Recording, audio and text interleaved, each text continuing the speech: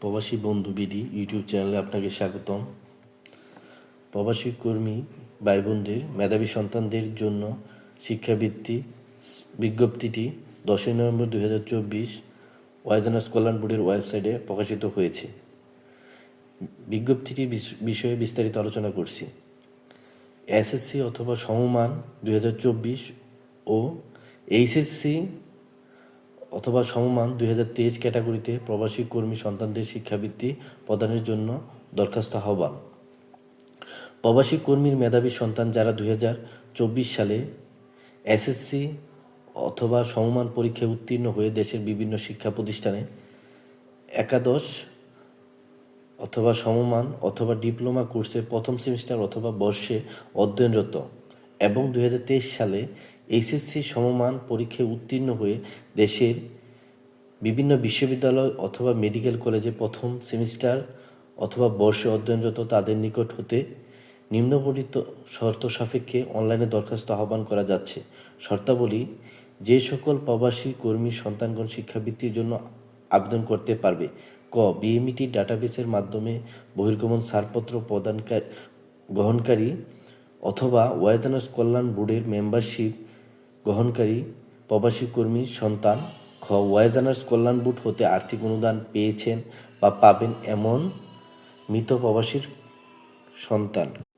নিচে একটি ছক দেওয়া আছে। এই ছকে কোন জিপিএ আপনাদের যে জিপিএটা পেতে হবে সে জিপিএর বিষয়ে উল্লেখ আছে। তো এসএসসির ক্ষেত্রে বিজ্ঞান বিভাগ থেকে জিপিএ 5 পেতে হবে, মানবিক ও বাণিজ্য বিভাগ থেকে 4.75 পেতে হবে। আর মৃত প্রবাসী সন্তানদের ক্ষেত্রে উভয় ক্ষেত্রেই জিপিএ 4 লাগবে।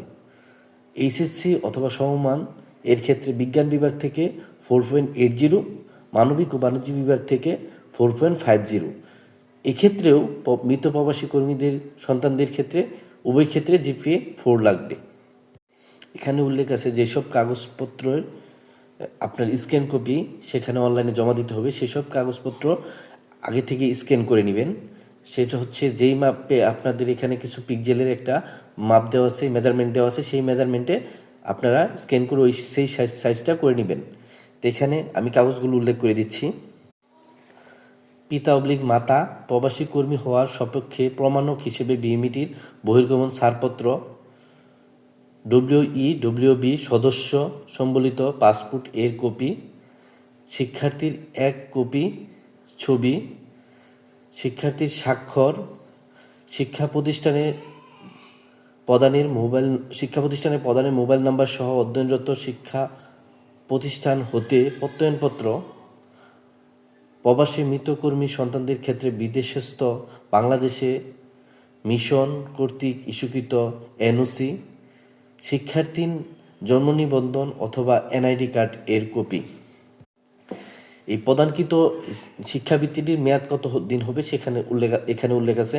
সেটা হচ্ছে শিক্ষাবৃত্তি প্রদানের মেয়াদ এসএসসি অথবা সমমান ক্যাটাগরিতে শিক্ষাবৃত্তির জন্য মনোনীত শিক্ষার্থীদের একাদশ ও দ্বাদশ শ্রেণী পর্যন্ত 2 বছর ও ডিপ্লোমা শ্রেণীতে অধ্যয়নরত শিক্ষার্থীদের জন্য 4 বছর, এইচএসসি অথবা সমমান ক্যাটাগরিতে শিক্ষাবৃত্তির জন্য মনোনীত শিক্ষার্থীদের স্নাতক পর্যায়ে 3 বছর, স্নাতক সম্মান পর্যায়ে 4 বছর ও মেডিকেলের জন্য 5 বছর বৃত্তি প্রদান করা হবে।